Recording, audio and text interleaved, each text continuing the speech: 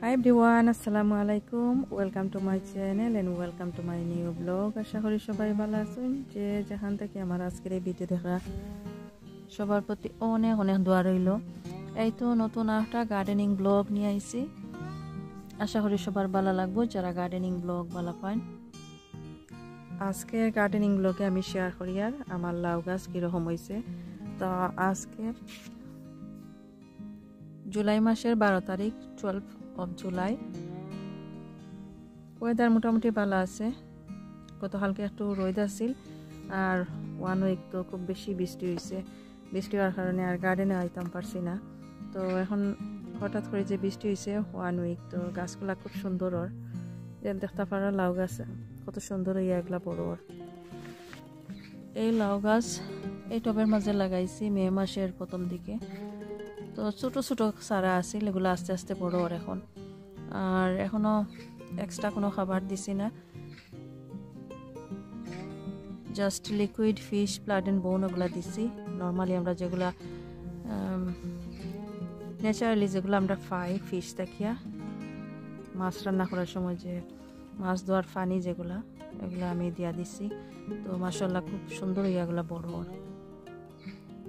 এই যে দেখতে পারা এই ছোট গাছের মাঝে একটা লত বাইর হয়েছে এই সাইডে দিয়ে, এই যে আর একটা লত এই সাইডে দিয়েও বাইর হয়েছে, আর এখানে আর একটা লত। তো দুইটা চারা এখানে আছিল। তো আস্তে আস্তে ইয়া বড় এই জায়গার মাঝে রাখছি, একটু রোদ লাগে এই জায়গার মাঝে। আর যে জায়গাত আমি এই গাছ নেয়া দিমো এখনো নিছি না,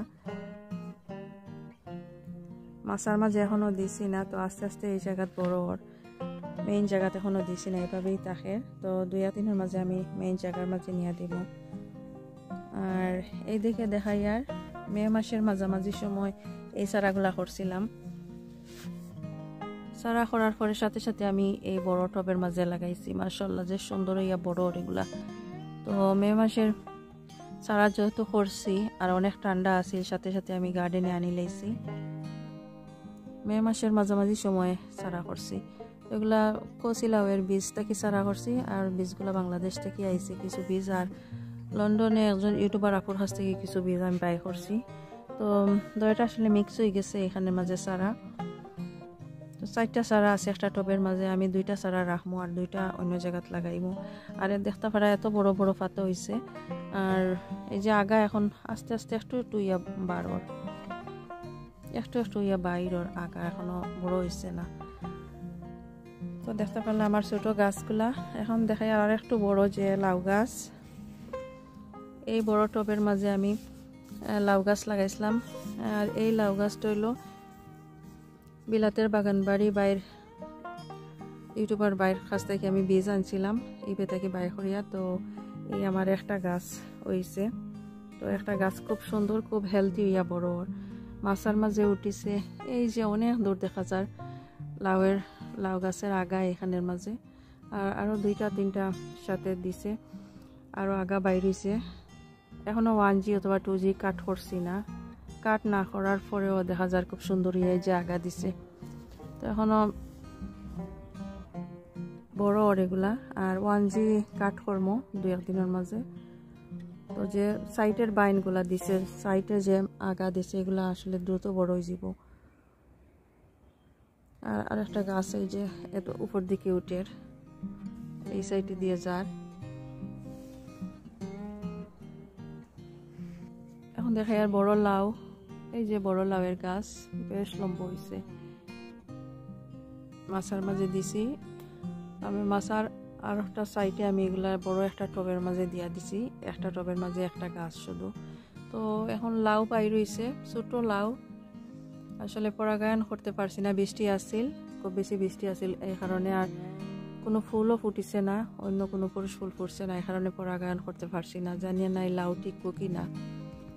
এই যে দেখা যায় একটু একটু, এই যে একটু একটু দেখা যায় লাউ বাইরেছে, ছোট্ট লাউ। এগুলো কচি লাউ, আমি ইবে থেকে বীজ আনছি, আনার পরে বীজ লাগাইছি, বীজ থেকে চারা করছি। মাশাআল্লাহ খুব সুন্দর ইয়া আমার বড় লাউয়ের গাছ দেখতে পারা।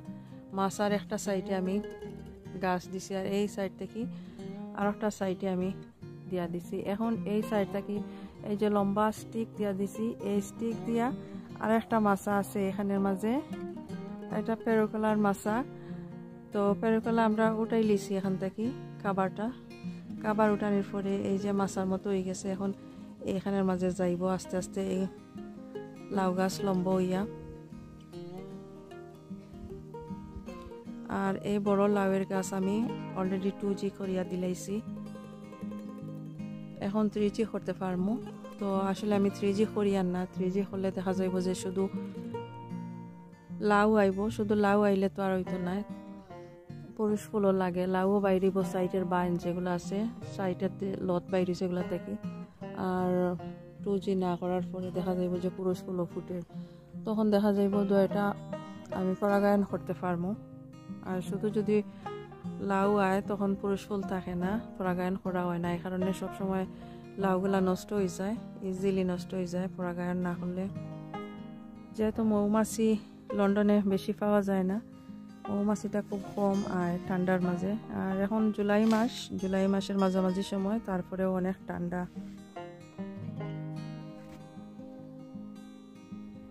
এই যে আরো কিছু লাউয়ের গাছ ছোট্ট একটা টবের মাঝে আমি গার্ডেনে রাখি দিছি, এগুলা এক্সট্রা আর লাগানি হয়েছে না। তো ফ্রন্ট গার্ডেনে আরো কিছু লাউ গাছ লাগাইছে, এগুলো অন্য এক সময় আমি শেয়ার করবো।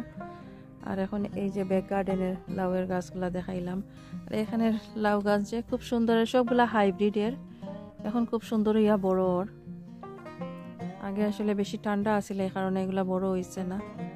আর অনেক লেটে লাগাইছি এই লাউ গাছগুলা, লেটে সারা করছি। প্রথম যেগুলা সারা করছি সবগুলা তো অলরেডি মরে গেছে, আর 2-3বার সারা করার পরে এই গাছগুলা বাঁচি গেছে। তো বড় টবের মাঝে দিলে এগুলো দ্রুত বড় হয়ে যাব। আর সবগুলো আমার হাইব্রিডের বীজ থেকে সারা করলে দেখা যায় অল্প দিনে লাউ পাওয়া যায়। এতদিন বৃষ্টি আসিল আর কোনো প্লান্ট ফুড ইউজ করছি না, এখন একটু বৃষ্টি কমর, তো আমি 2-1 দিনের মাঝে প্লান্ট ফুড ইউজ করবো। যে লাউগুলা দৌড়া শুরু হয়েছে, লাউগুলা যাতে দ্রুত বড় হয়, কিতা প্লান্ট ফুড আমি ইউজ করি, আর এগুলো শেয়ার করবো অন্য একটা ভিডিওর মাঝে। তো দেখতে থাকা আমার ভিডিও, আশা করি সবার ভালো লাগবে। আর ভালো লাগলে লাইক শেয়ার কমেন্ট করবা। যারা অলরেডি সাবস্ক্রাইব করছেন থ্যাংক ইউ সো মাচ।